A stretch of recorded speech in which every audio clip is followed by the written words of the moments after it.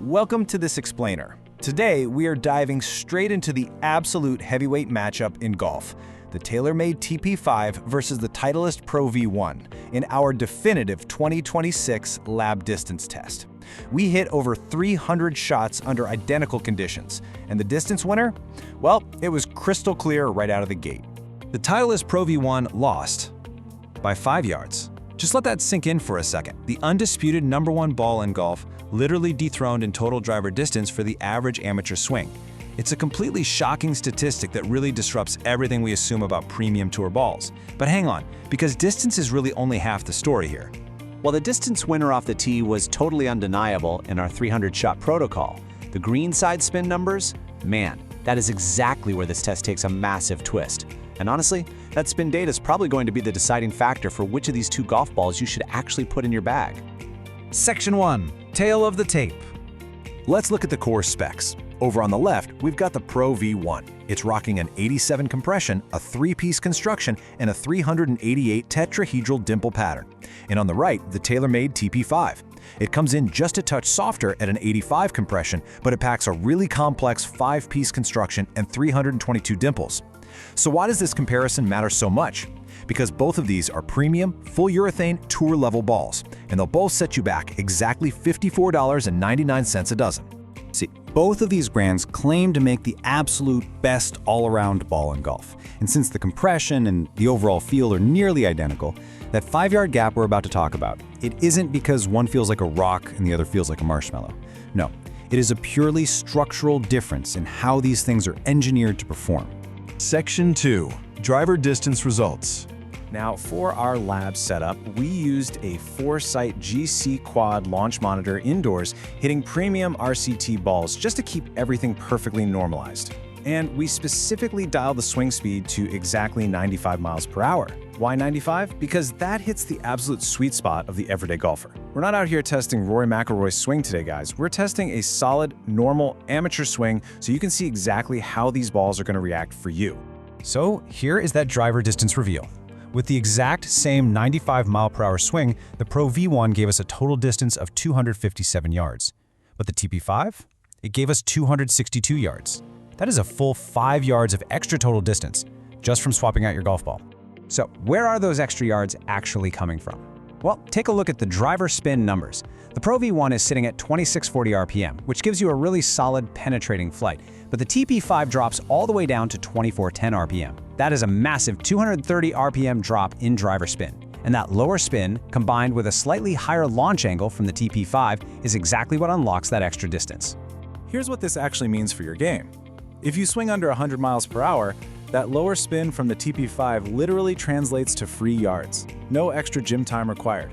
You don't have to change your mechanics or swing any harder. You just switch the ball, drop the spin, and watch it fly further. Section 3. The iron and wedge spin trade-off. Moving into the irons, we hit the 7-iron at 82 miles per hour, and we see that exact same lower spin trend continuing right through the bag.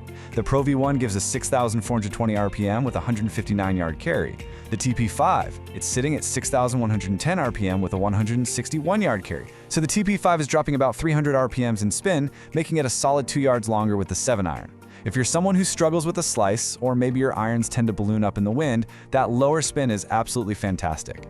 But stick around, because right here is where we pivot. This next part is the most crucial test for the better players watching. The 50-degree wedge, 40-yard pitch test. This is exactly where the Pro V1 mounts its comeback. And the winner here might actually surprise you. Just look at this dramatic difference in wedge spin. The Pro V1 completely dominates here with 9,150 RPM. I mean, that is your classic tour-level hop and stop control. The TP5, on the other hand, comes in at 8,620 RPM. That's a super noticeable 530 RPM difference. The Pro V1 takes a very decisive lead when it comes to greenside control. To put those lab numbers into a real-world perspective out on the grass, yeah, you can absolutely feel a 500 RPM difference. The Pro V1 is going to grab the turf about a half yard quicker. The TP5 is just going to release and roll out a little bit more. Now, if you're a 15 handicap, you honestly might not even care. But if you are a single-digit player who lives and dies by spin control around the green, oh, you will absolutely notice this. Section 4. The full picture data. All right, let's consolidate this whole test into one clear picture. Driver at 95 miles per hour, the TP5 takes it by 5 yards. 7-iron, TP5 by 2 yards. But wedge spin, the Pro V1 wins that by over 500 RPM. And the price? Dead tie. So, what about the tiebreakers? Well, off the putter face, both feel beautifully soft. Durability is totally identical. We saw the exact same cover scuffing on both after our simulated wedge play.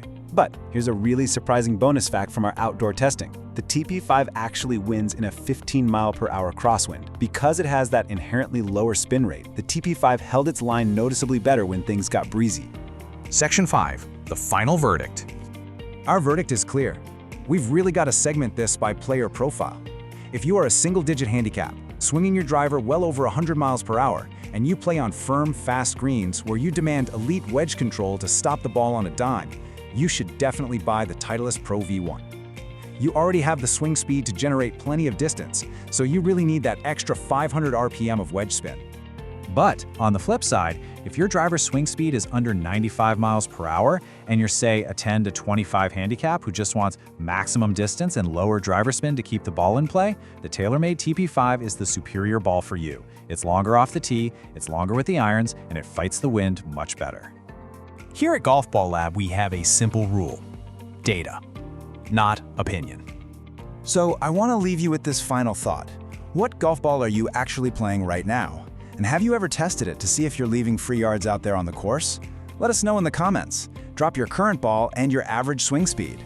Next time, we're bringing you a highly requested explainer, the Kirkland Signature 3-piece versus the Pro V1. And spoiler alert, the